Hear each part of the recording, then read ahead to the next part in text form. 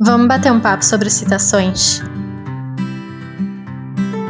Oi, pra quem não me conhece, meu nome é Rafa e este é o canal Rafa Lins de Arte e Criatividade. Aqui nós falamos sobre literatura e fazemos essa conversa de boteco, de mesa de bar, onde a gente filosofa sobre a vida enquanto fala dos livros, e hoje não poderia ser um tema melhor, porque eu vou falar de como a literatura e as citações nos ajudam a enxergar certos momentos da vida, a navegar por eles e às vezes até fazer conexões. Eu sou uma grande entusiasta de falar citações em coisas, lugares completamente casuais, em conversas casuais. Esses dias eu tava na terapia e eu tava falando de um assunto pessoal mesmo, uma coisa que eu venho tentando trazer para as minhas sessões para mudar minha mentalidade e para refletir melhor sobre mim. Eu comecei a ler O Morro dos Ventos Uivantes, sim, por causa do filme. Eu já tinha o livro aqui há muito tempo e aí, como lançou, eu pensei, tá, eu preciso conhecer essa história para poder julgar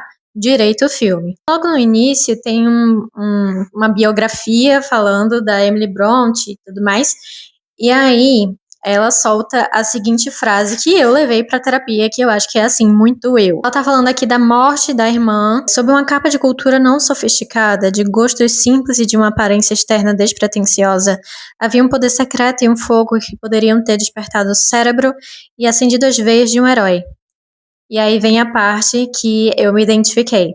Mas ela não tinha sabedoria mundana. Seus poderes não eram adaptados aos negócios práticos da vida. Ela haveria de falhar ao defender seus direitos mais manifestos, ao lutar por seus mais legítimos privilégios. O intérprete deveria estar sempre presente entre ela e o mundo.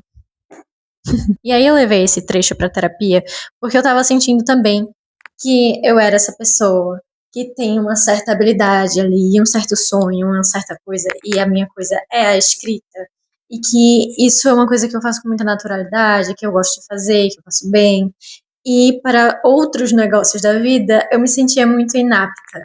E foi com uma frase biográfica até, dentro de um livro literário, né, de uma obra literária, que eu consegui expressar isso da melhor forma quando eu estava na minha sessão de terapia. Eu li um livro, vou pegar ele aqui também. Já estamos nessa vibe mostrando livros. Ele é todo escrito na perspectiva do tempo. O tempo é o narrador. É para não acabar tão cedo, da Clarice Freire. Ela é uma autora pernambucana.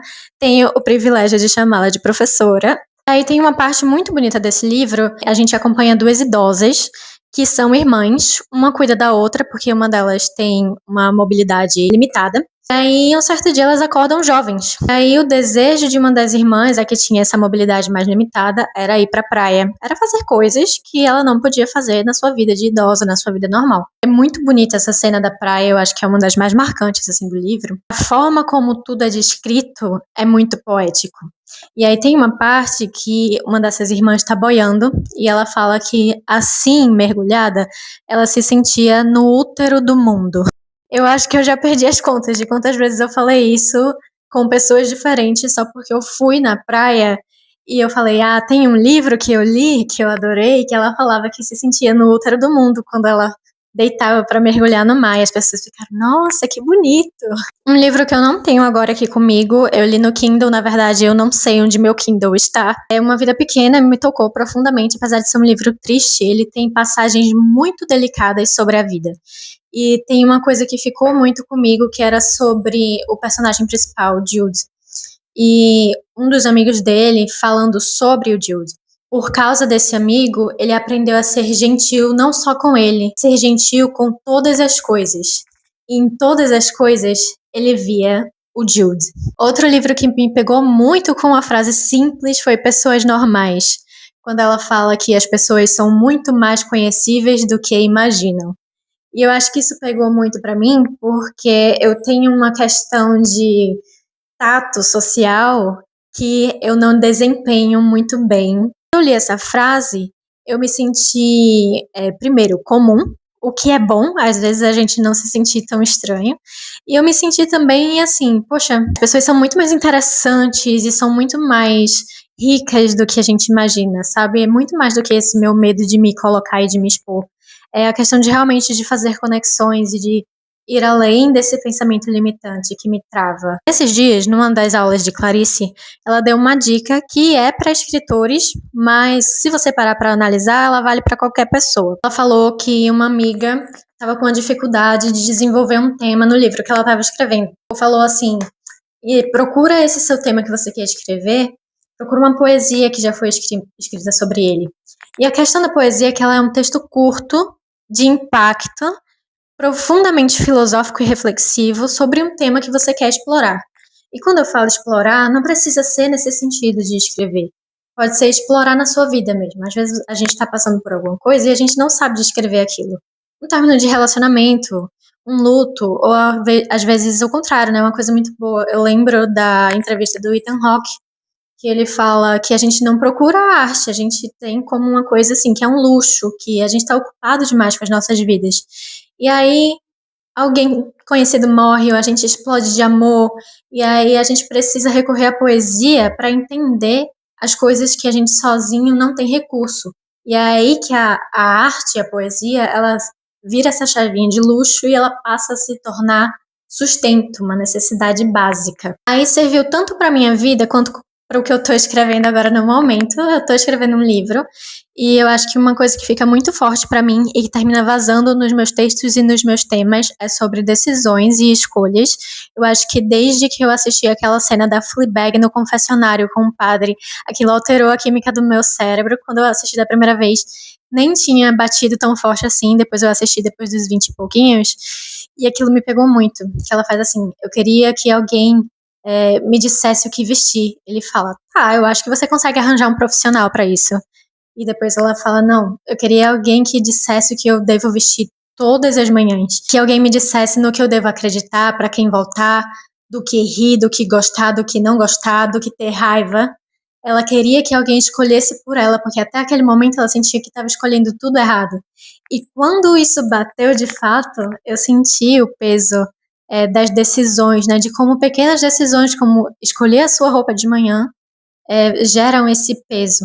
Esses últimos dias eu assisti até um TikTok de um rapaz falando assim: a procrastinação, ela não é preguiça, ela não é esse evitamento pelo evitamento. A procrastinação, ela é uma consequência de você ainda ter nas mãos todas as possibilidades. Uma vez que você escolhe fazer alguma coisa, o restante das possibilidades morre. Então você sente luto, né? Então eu achei muito forte isso das escolhas e das decisões serem um processo de luto constante. E isso está muito presente no que eu estou escrevendo e está presente na minha vida, eu acho que como uma pessoa jovem amadurecendo, sabe? Não é nada muito único meu, eu sou muito mais comum do que eu imagino. Com essa dica que Clarice deu de procurar a poesia, eu terminei resolvendo um problema que estava me travando na escrita, mas também encontrando um certo acalento, apesar de ser um tema meio amargo, né? Doce amargo, como é que chama? Agridoce. Acho que eu encontrei o meu poeta de estimação, porque eu já li várias coisas dele e achei de uma delicadeza, às vezes mórbida, mas tão humana, e ele tem umas repetições que parecem a cadência de um pensamento real. Enfim, eu tenho aqui 2 trechos que falam sobre decisões e que me pegaram muito. O primeiro, eu vou ler, tá dizendo aqui, que é sobre Fernando Pessoa, né? Sobre a alcunha de Fernando Pessoa. Nada de desafios à plebe. Nada de girândolas para o riso ou a raiva dos inferiores. A superioridade não se mascara de palhaço. É de renúncia e de silêncio que se veste. O último rastro de influência dos outros no meu caráter cessou com isto. Reconheci, ao sentir que podia e ia dominar o desejo intenso e infantil de lançar o intercessionismo. A tranquila posse de mim. Um raio hoje deslumbrou-me de lucidez. Nasci. A influência dos outros sobre o meu caráter. E no final ele dizer: um raio hoje deslumbrou-me de lucidez. Nasci. Que forte isso. Eu encontrei um arquivo de obras de Fernando Pessoa e de todos os seus nomes. E esse é sobre o nome de Álvaro Campos. Álvaro de Campos. A letra tá desse tamanhinho, poxa. Na noite terrível, substância natural de todas as noites. Na noite de insônia, substância natural de todas as minhas noites. Relembro, velando em modorra incômoda. Relembro o que fiz e o que podia ter feito na vida. Relembro, e uma angústia espalha-se por mim todo como um frio do corpo ou um medo. O irreparável do meu passado, esse é que é o cadáver. Todos os outros cadáveres pode ser que sejam ilusão. Todos os mortos pode ser que sejam vivos noutra parte. Todos os meus próprios momentos passados pode ser que existam algures, na ilusão do espaço e do tempo, na falsidade do decorrer. Mas o que eu não fui, o que eu não fiz, o que nem sequer sonhei, o que só agora vejo que deveria ter feito, o que só agora claramente vejo que deveria ter sido, isso é que é morto para além de todos os deuses. Isso, e foi afinal o melhor de mim, é que nem os deuses fazem viver. Se em certa altura tivesse voltado para a esquerda ao invés de para a direita, se em certo momento tivesse dito sim em vez de não, ou não em vez de sim. Se em certa conversa tivesse tido as frases que só agora, no meio do sono, elaboro. Se tudo isso tivesse sido assim, seria outro hoje e talvez o universo inteiro seria insensivelmente levado a ser outro também. Mas não virei para o lado irreparavelmente perdido. Não virei nem pensei em virar, e só agora o percebo. Mas não disse que não, ou não disse sim, e só agora vejo que não disse. Mas as frases que faltou dizer nesse momento surgem-me todas, claras, inevitáveis, naturais. A conversa fechada concludentemente, a matéria toda resolvida. Mas só agora o que nunca foi, nem será para trás, me dói. O que falhei deveras não tem esperança nenhuma, em sistema metafísico nenhum. Pode ser que para outro mundo eu possa levar o que sonhei, mas poderei eu levar para outro mundo o que me esqueci de sonhar? Esses sim, os sonhos por haver é que são o cadáver. Enterro-o no meu coração para sempre, para todo sempre, para todos os universos. Nesta noite em que não durmo e o sossego me cerca, como uma verdade de que não partilho, e lá fora o luar, como a esperança que não tenho, é invisível para mim.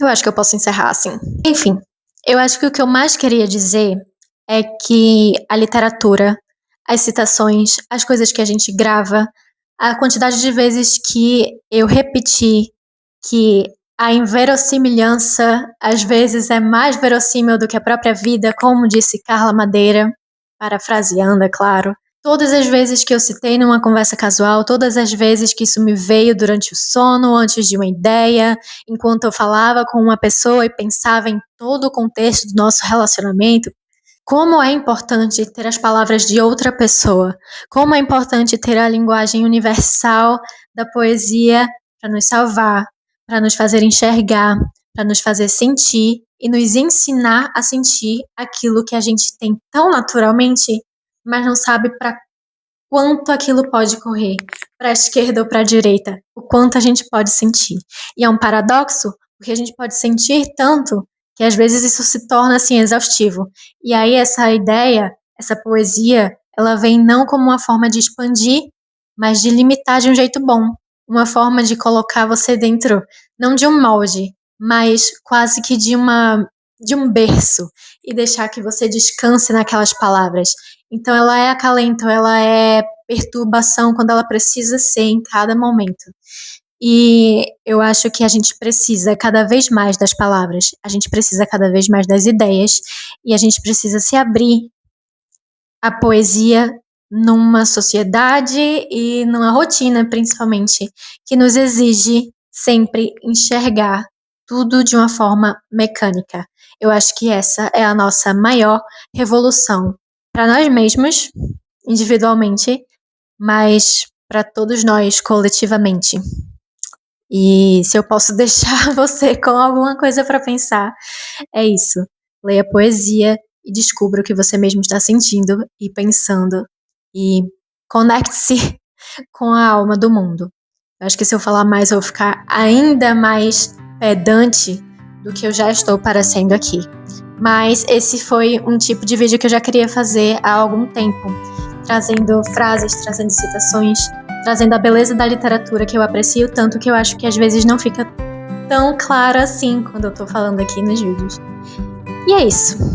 Então esse foi o nosso vídeo de hoje, eu espero que você tenha gostado, espero que seja uma boa reflexão. Se você gostou, compartilhe com quem você acha que também vai gostar, deixe seu like que isso me ajuda a entender que você gostou do vídeo, deixe seu comentário que isso me ajuda a entender como que isso ressoou assim dentro de você, da sua vida, e não deixe de se inscrever no canal para que a gente possa ter mais conversas de mesa de bar como essa, falando sobre literatura e falando sobre o poder da arte.